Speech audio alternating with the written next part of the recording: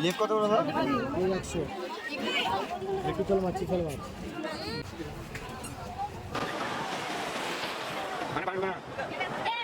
আসসালামু আলাইকুম বন্ধুরা, আবারও নিয়ে চলে এসেছি ছোট্ট আমি একটি মিনি ব্লগ, যেটি হতে চলেছে আমাদের দীঘা ট্যুরের পার্ট 2, যেটি আগের ভিডিও আমাদের আপলোড আছে। যারা দেখোনি তারা আগের পার্ট 1টা ওয়াচ করতে পারো।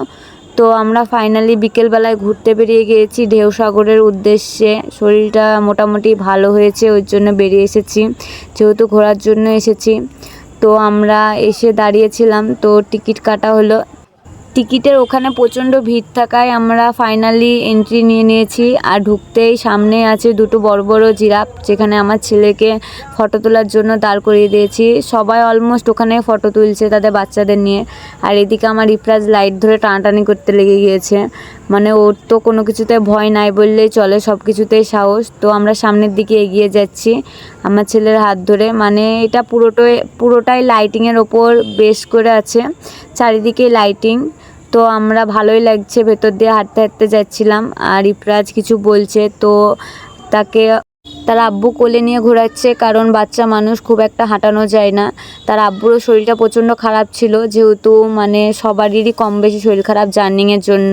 তো আমরা এদিকে লাইটিংগুলো দেখছিলাম, এখানে লাইটিংয়ের ওপর বেশ করে ঢেউসাগর লেখা ছিল। ও আমাদের ছেলেপিলে যা ছিল সব ফটো তুলতে ব্যস্ত হয়ে গিয়েছে। এখানে একটা ডেকোরেশন করা আছে, যেটা জাহাজ বা কিছু একটা ছিল, সেটাও দেখতে সুন্দর। তো আমরা বেরিয়ে আসার পর এদিকে কিছু মাছের আইটেমের দিকে চলে গেলাম। তো আজকে আমাদের প্ল্যানিং সেরকম কিছুই ছিল না, যেহেতু আমরা জার্নিং করে এসেছিলাম। তো আমরা এখান থেকে গিয়ে একটু সমুদ্রের ধারে বসবো, দিয়ে ফাইনালি চলে যাব রুমে। তো এই যে তার পরের দিন সকালবেলায় আমরা বেরিয়ে এসেছি ফ্রেশ হয়ে, একবারে ফ্রেশ মুড বা মাইন্ড নিয়ে। তো এই যে দীঘা দেখতেই পাচ্ছ তোমরা, ও মানে ভিডিও করছে আর দেখেও দিচ্ছে। আর আমার ছেলে তো পানি পেয়ে সেই মজা করছে একবারে। তো সেখানে গাড়ি দেখলাম, তো তাকে চাপিয়েও দিলাম, কারণ তার গাড়ি লাভার সে। যারা আমার ভিডিও দেখে তারা জানে যে আমার ছেলে কতটা গাড়ি পছন্দ করে, প্রথম থেকে যারা দেখে আসছে। তো এইদিকে একটা ডাব খাওয়া কমপ্লিট হয়ে গেল, কারণ দীঘা আসবো ডাব খাবো না, এটা তো হতেই পারে না। তো আমরা ফাইনালি রুমে এলাম ব্যাক করে, যেহেতু আমরা এখন চানের উদ্দেশ্যে যাব। তো এখানে আমরা প্রথমে একটা অ্যাক্সিডেন্ট হয়ে যায়, যে একটা মেয়ের সাথে ধাক্কা লেগে যায় আমার বরের ভিডিও করতে গিয়ে।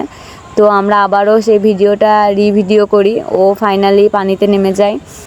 আমরা মোটামুটি চান করব, আমাদেরকে উঠিয়ে দেওয়ার পর ওরা চান করবে, সেহেতু আমরা তাড়াতাড়ি নেমে গিয়েছি। ও আমরা রুমে চলে যাব। ইফরাজ যেহেতু অনেক ছোট, তো ওকে বেশিক্ষণ রাখাও যাবে না, আবার সেরকমভাবে চানও করা যাবে না, কানে টানে পানি ঢুকে গেলে সমস্যা হয়ে যাবে। তো খুব মজা করছে আমার ছেলে, আর এদিকে আমিও খুব মজা করছিলাম। তো আমরা উঠে চলে আসি। তো ফাইনালি বিকেলবেলায় আমরা রেডি হয়ে বেরিয়ে পড়েছি। আর এই যে বিকেলের একটা লুক, আর এই যে পানি দেখতেই পাচ্ছ তোমরা। তো পানি দেখে আমার ছেলে বারবার নিচের দিকে নামার জন্য জিদ করছিল। তো আমরা এই দিকে ফাইনালি কেনাকাটার জন্য চলে এসেছিলাম। তো আমরা দেখছিলাম যে কি কেনা যায়, বাড়ির জন্য কিছু তো নিতে হবে, যেহেতু আসা হয়েছে। এদিকে ছিল মাছ মাংসর বারবিকিউয়ের স্টল, দেখতেই পাচ্ছ তোমরা, দেখতেও সুন্দর লাগছিল।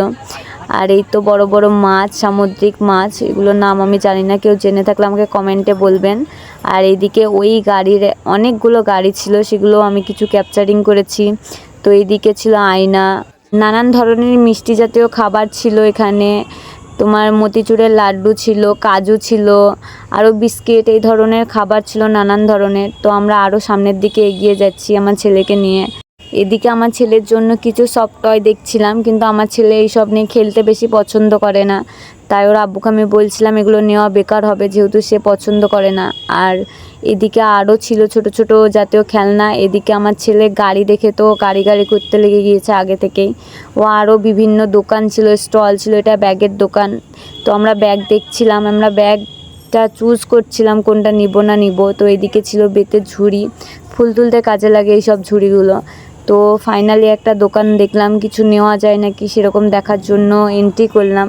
তো দেখলাম না, সেরকম নেওয়ার মতো কিছুই ছিল না। এগুলো রেগুলার ইউজ করতে এগুলো সব জায়গাতেই পাওয়া যায়, মানে নিত্য নতুন বলতে দীঘা থেকে নিয়ে আসবো সেরকম জাতীয় কিছুই ছিল না। তো আমরা দেখছিলাম আর কি নেওয়া যায়। তো দোকানটা ঘুরেও দেখছিলাম, দেখতেও ভালো লাগছিলো, যেহেতু লাইটিংটা খুব সুন্দরভাবে করা ছিল।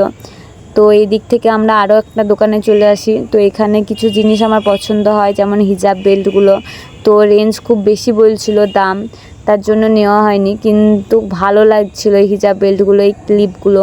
তো এখানে আমি টুকিটাকি কিছু সামান্য বাজার করি বাড়ির জন্য, নিজের জন্য কিছু তো নিতে হবে বেড়াতে যখন এসেছি। তো ফাইনালি আমি এই ক্লিপগুলো দেখছিলাম, ক্লিপগুলো দেখতেও সুন্দর লাগছিল।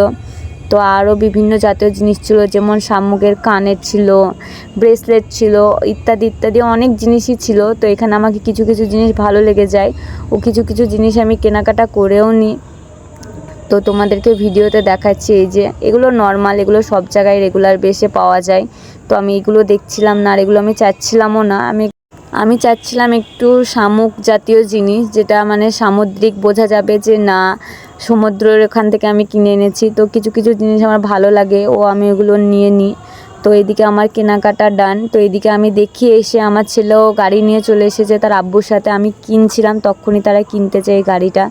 তো আমরা সব কেনাকাটা ডান করে ব্যাগটা ফাইনাল করে রেখে এসেছি যাওয়ার সময়, লাস্ট টাইম নিয়ে যাব বলে।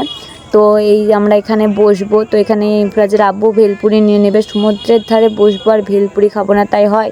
তোমরা কে কে এইভাবে ভেলপুরি খেতে পছন্দ করো সমুদ্রের ধারে বসে, আমাকে কমেন্টে অবশ্যই জানাবে। তো আমরা জায়গা খুঁজছিলাম যে কোথায় বসবো। তো ফাইনালি দেখলাম এখানে ফাঁকা আছে, অনেকটা বসা যাবে। তো আমরা সেখানে গিয়ে জায়গাটাতে বসি ও সমুদ্রের ফিল নিচ্ছিলাম। যেহেতু আমরা নাইটে রুমে ব্যাক করব, এখন আমরা যাব না, একবারে খাওয়া দাওয়া করে তখন রুমে ব্যাক করব। তো আমরা এখানে কিছুক্ষণ আড্ডা দিব, বসবো। তো রাত্রির প্রায় 10:30 নাগাদ। তো আমরা ব্যাক করার আগে ব্যাগের স্টলে চলে যাই, যেহেতু আমরা ব্যাগগুলো চয়েস করে রেখে গিয়েছিলাম। তো এখানে এসে আমি আরও ছোট ছোট ব্যাগ দেখতে পাই, কি কিউট না এই ব্যাগগুলো। তো এখানে একটা বেতের ছাকনি টাইপের জিনিস ছিল, এটা আমি মেবি কি জিনিস জানি না, তোমরা কেউ জেনে থাকলে আমাকে অবশ্যই কমেন্টে জানাবে যেটা কী ছিল। তো ঘুরতে ঘুরতে হঠাৎ করে এই দুটো আমার চোখে পড়ে। তো এগুলো আমি রিয়াল ভেবেছিলাম, কিন্তু সামনে এসে দেখি না, এই দুটো রিয়াল না, এই দুটো ডগ না ফক্স আমি নিজেও জানি না ঠিক মতো। কিন্তু এগুলোর দাম অনেক বেশি থাকায় এগুলো আমি বাড়ি নিয়ে আসতে পারলাম না। এগুলো রেঞ্জের ভিতর থাকলে আমি নিয়ে আসতাম। বড়টা ছিল 4,500 আর ছোটোটা ছিল 3,500। তো এইদিকে আমি টুপি দেখছিলাম, কিছু কিছু সফট টয় দেখছিলাম, যে ওই রিয়াল ডগের মতো যদি আর কিছু পাওয়া যায় যে ছোটোখাটো, তো আমি এগুলো নিয়ে যাব। কিন্তু দেখি না, ওই দুটো বড়ই ছিল ওই দোকানে। তো এইদিকে ফাইনালি ব্যাগের দোকানেও আমাদের ব্যাগ কেনার ডান। তো ভিডিওটি ভালো লাগলে বন্ধুরা লাইক কমেন্ট শেয়ার করো, আর দেখা হবে নেক্সট ভিডিওতে। সো আল্লাহ হাফিজ।